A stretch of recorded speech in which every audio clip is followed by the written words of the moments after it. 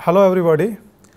Today I am going to start a new topic as part of this lecture series on NDT, and this will be on acoustic emission testing.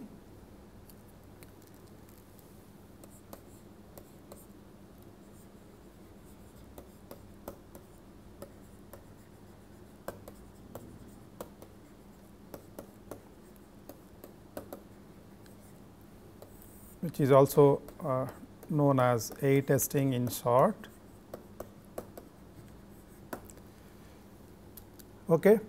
So, like what you always do, first we will learn about the basic principle of this technique, and then we will see how it is done.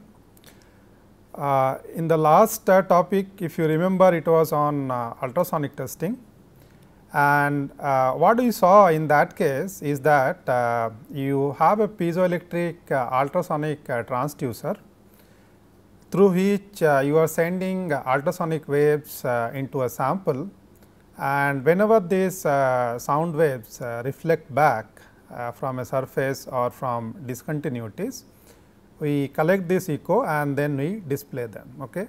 And that is how we get to know about the presence of defects in a given sample. Okay.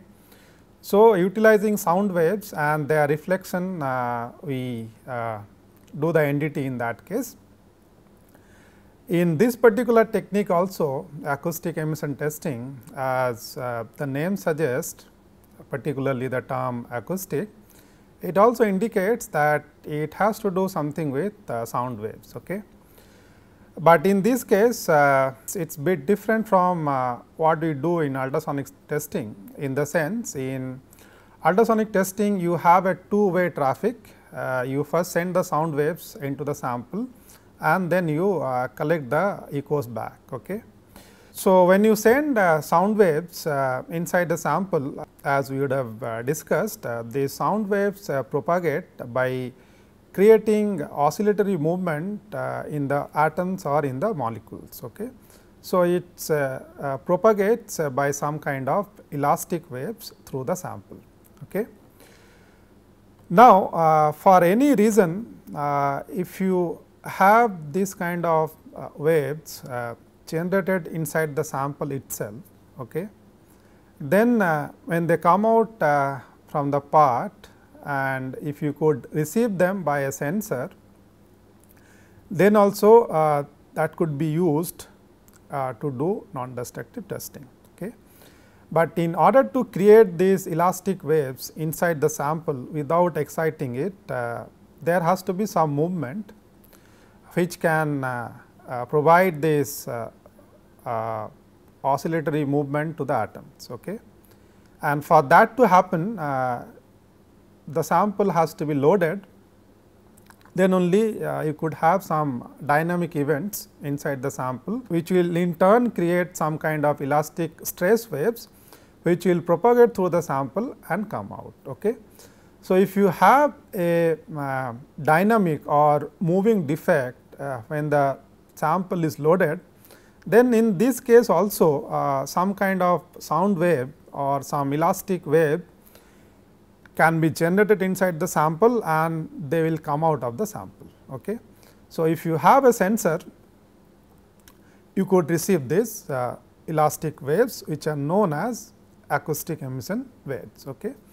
So, the source of acoustic emission wave is the redistribution of a stress field inside the sample due to movement of some kind of defect. For example, it could be a crack which can initiate and then propagate. So, due to that crack propagation, there will be some movement on an atomic scale, and due to that these elastic waves will be generated, and if you have a sensor to receive them, you would be able to know that there is a source of acoustic emission inside the sample, and hence there could be some defect which is active. Okay. But in order to generate those elastic waves, okay, the first requirement is that the component or the part which is being examined must be loaded, because in order to create that stress wave, you need to apply some load, then only there will be some change like crack initiation or propagation, which can generate these elastic waves. Okay. So, that is the first requirement, that the part or the system which is being examined must be loaded. Okay. So, let us say you have a component and you load it in a particular fashion.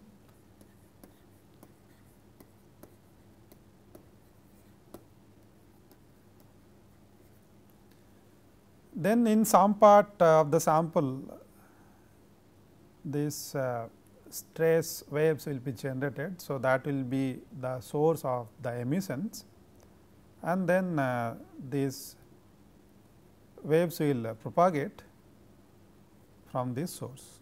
Okay.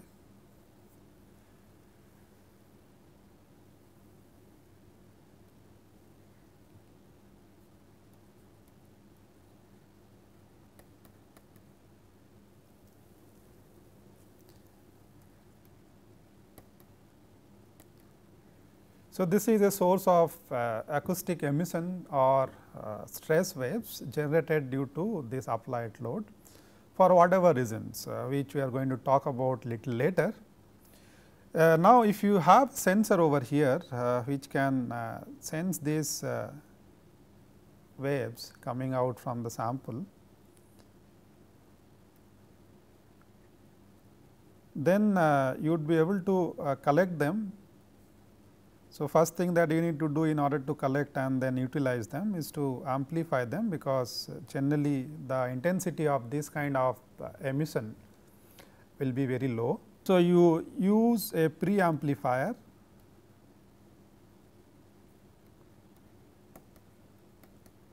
and then send this signal to the detection and the measurement system, which will generate an electrical signal out of these elastic waves and give you something to see on the display. Okay. And then that can be interpreted, and then you would be able to know if there are any defects which are active inside the component. Okay.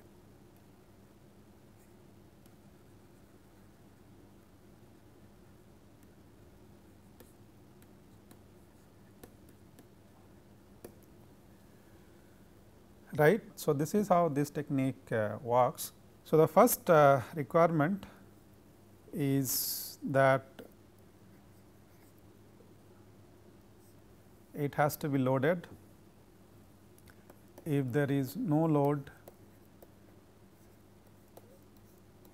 then there is no emission. So, this is the first characteristic feature of acoustic emission. If the defects or the damage that you have inside a component, if it is not active, okay, then you are not going to get any emission out of it. Okay. So, that is the first and foremost difference between acoustic emission testing and any other NDT method, in which case we have seen that we detect the existing defects, okay, whatever it may be, which may or may not be active. For example, if you have a crack, that crack may not have to be propagating in order to be detected by other NDT methods. Okay. But in this case, if you want to detect that crack, it has to be active and it has to propagate. Okay. So, that is the prime difference between acoustic emission testing and any other NDT technique. Okay. And for the defect and the cracks to be active, the part has to be loaded. Okay. So, that is how this particular characteristic come into picture, that if there is no load, there is no emission. Okay. So, when you do acoustic emission testing, then the part has to be loaded by controlled loading. So, this can be before service or during the service of that particular component. And if it is a load bearing structure, then you know it is anyway loaded. Okay. So, all you have to do, you have to place the sensors at appropriate locations and then try and see if you get any acoustic emission signal coming out from different regions. Okay. So, this kind of system will be loaded anyway. So, then in these cases there is no need to load it externally. Okay. And the other important aspect of this particular technique is you would be able to inspect a big structure in a single inspection.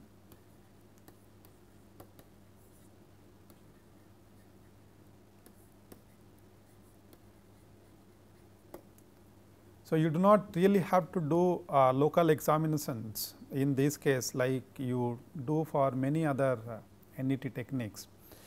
So, even if you have a very big structure or very big area to be inspected, that can be done in a single examination itself by placing a number of sensors at different locations, where you think there could be a potential source of damage, which could lead to acoustic emission events. Okay. So, this is another characteristic feature of this particular technique, that you do not need to do inspection in small local areas, rather you can inspect the whole structure in one go itself, and that is how this offers some advantage in terms of time and cost. Okay. So, if you see the sources of acoustic emission, as I said, you need a stress field which will generate these stress waves,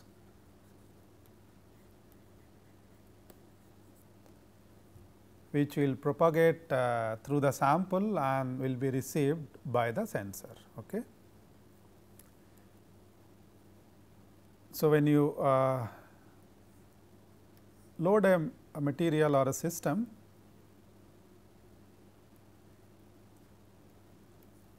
then various things can happen depending on what kind of material or what kind of system it is, which can act as sources of acoustic emissions, okay, by providing you some active defect, okay, inside the component.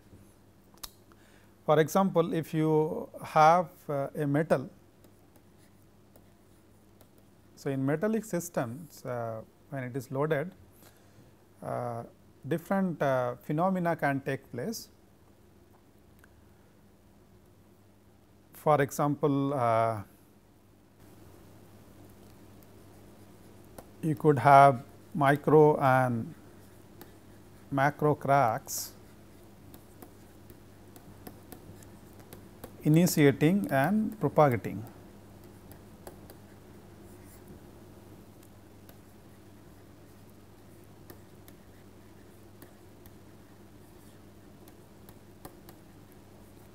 So, initiation and propagation of cracks when a metallic system is loaded can generate lot of acoustic emissions, lot of these stress waves, and this will serve as a source. Okay. Then you could have some micro dynamical events like twinning,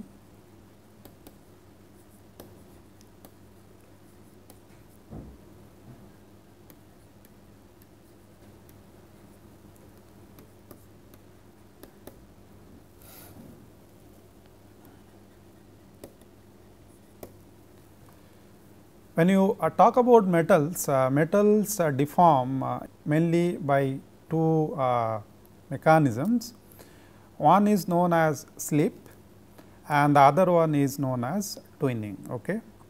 whenever a metal is loaded, you could either have slip happening or twinning happening depending on the conditions, and that is how they plastically deform. And the process of slip happens due to a lattice defect, which is known as dislocation. So, when you load a metallic system, these dislocations will move, and due to that movement it creates what is called a slip, which is movement of atomic planes over one another as if they are slipping over each other when the dislocations move. Okay. So, movement of these lattice defects known as dislocations can also generate acoustic emission inside metals.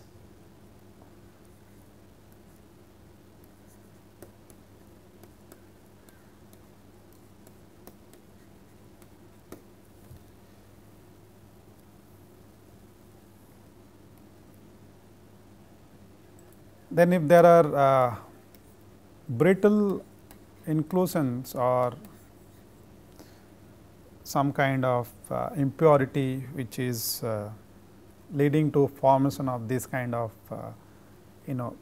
brittle foreign elements or foreign inclusions inside a metal, then fracture of this kind of brittle inclusions when you apply the load can also generate acoustic emission.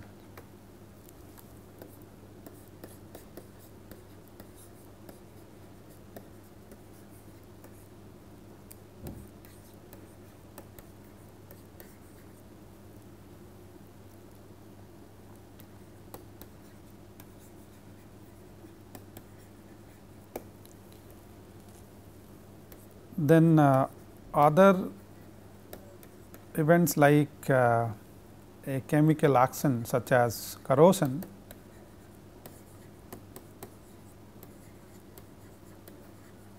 which is common in metals can also lead to these elastic stress waves or acoustic emissions. Okay.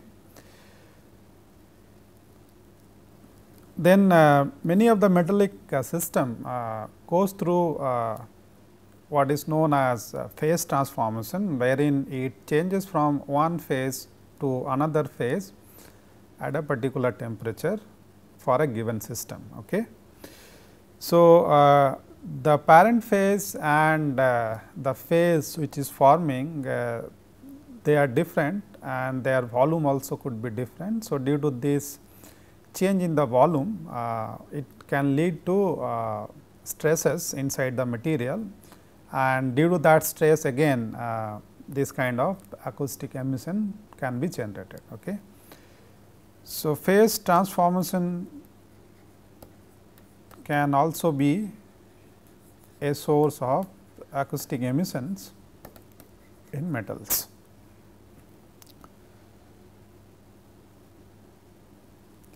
So, this happens as I told due to a change in the volume.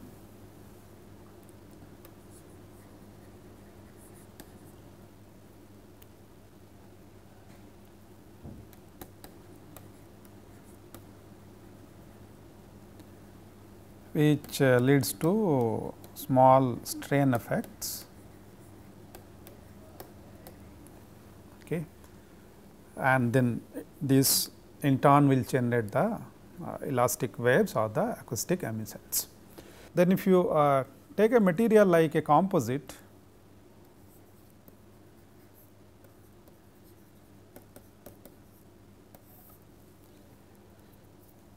then in that case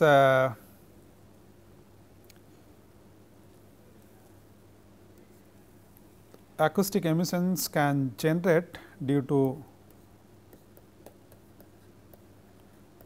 fracture of the reinforcing fibers at medium strain level.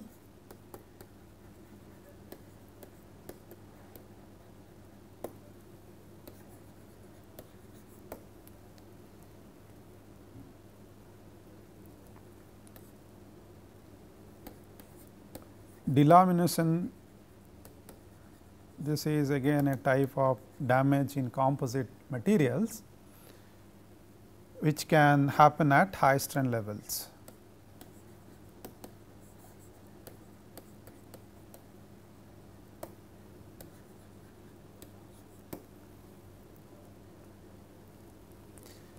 Then another common phenomena in composite material when it is loaded is fiber pull out. These fibers will simply pull out from the matrix, leaving behind some voids. So, that kind of event can also generate these stress waves and will lead to acoustic emission. Then the matrix also can crack. So, matrix cracking and fiber debonding from the matrix.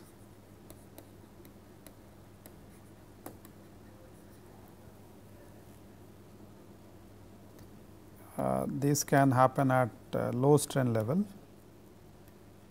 In the other previous two cases, it was at medium strain at high strain, and at lower strain you could have this kind of phenomena happening inside a composite material. The matrix can crack or the fiber can separate or the fiber can debond at low strain levels. Okay. So, these are the different sources in case of composite materials. Then if you have a system like a concrete, there also you have those reinforcing bars which reinforce the concrete. Okay. So, those reinforcing steel bars we all have seen. So, they are bonded to the rest of the material, the rest of the concrete material. So, then there also when it is loaded different kind of phenomena can happen which can lead to generation of these stress waves or acoustic emissions. For example, there also it can crack. So, you can have micro and macro cracks.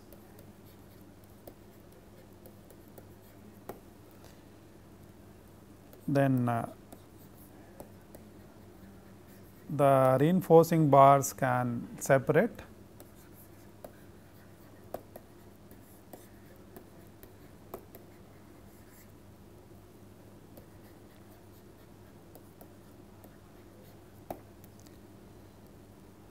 And when there is some separation, there could be also mechanical rubbing between the separated parts, which can also lead to generation of these acoustic emissions.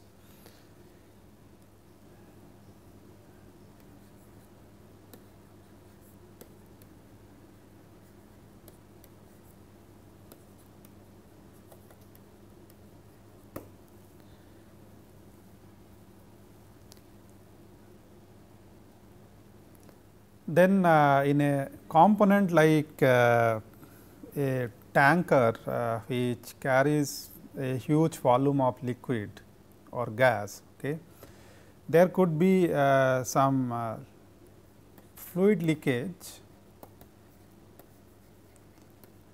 in cases of big tanks which store or carry fluids, and due to that you could have this flow past the leakage or the opening, and this can generate lot of elastic stress waves. That means, this can also serve as a source for acoustic emissions. Then turbulence or the turbulent jet.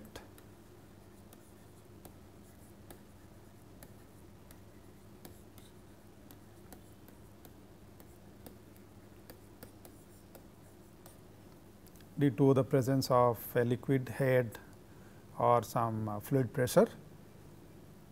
if there is any turbulence in this liquid or there is any turbulent jet, that will also create a lot of stress which can lead to acoustic emissions.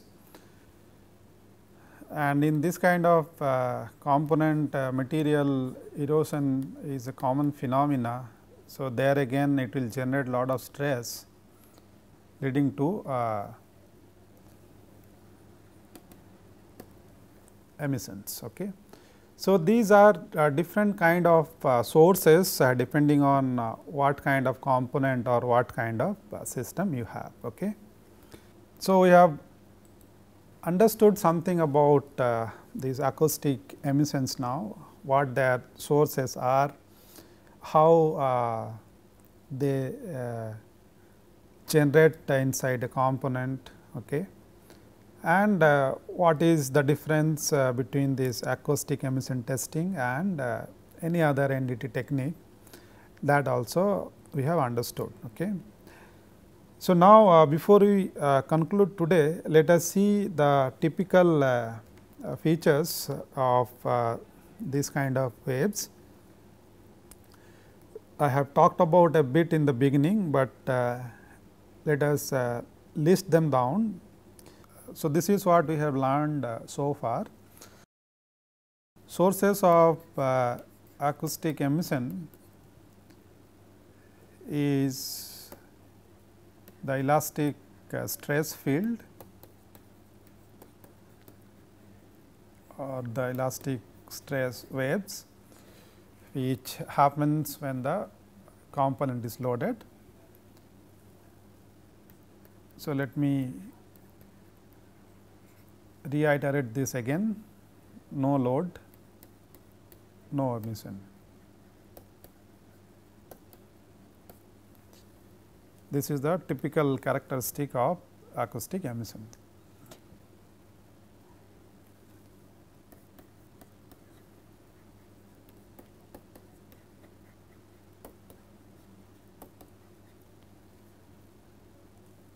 Then acoustic emission testing does not need any external source.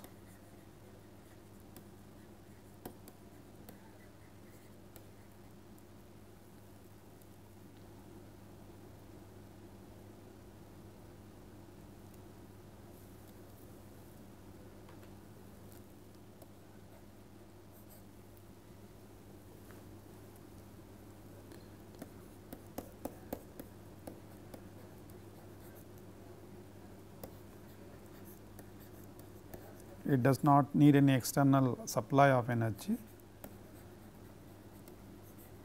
All you do, you listen to the waves which come out from the sample.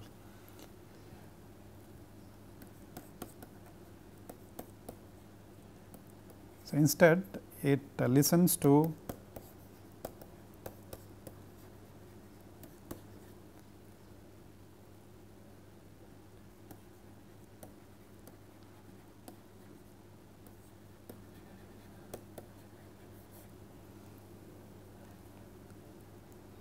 the waves coming out of the part.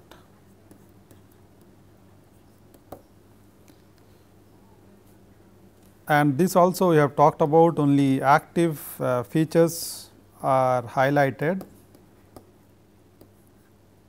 unlike the other NDT methods which detects existing defects which may or may not be active.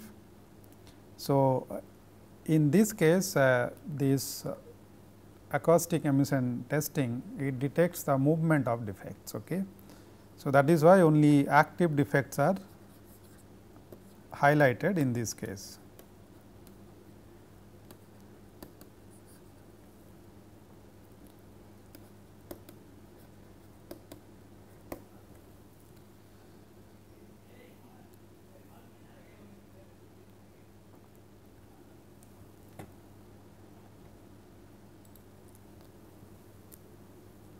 The entire structure can be inspected in a single examination, as I would have said before also.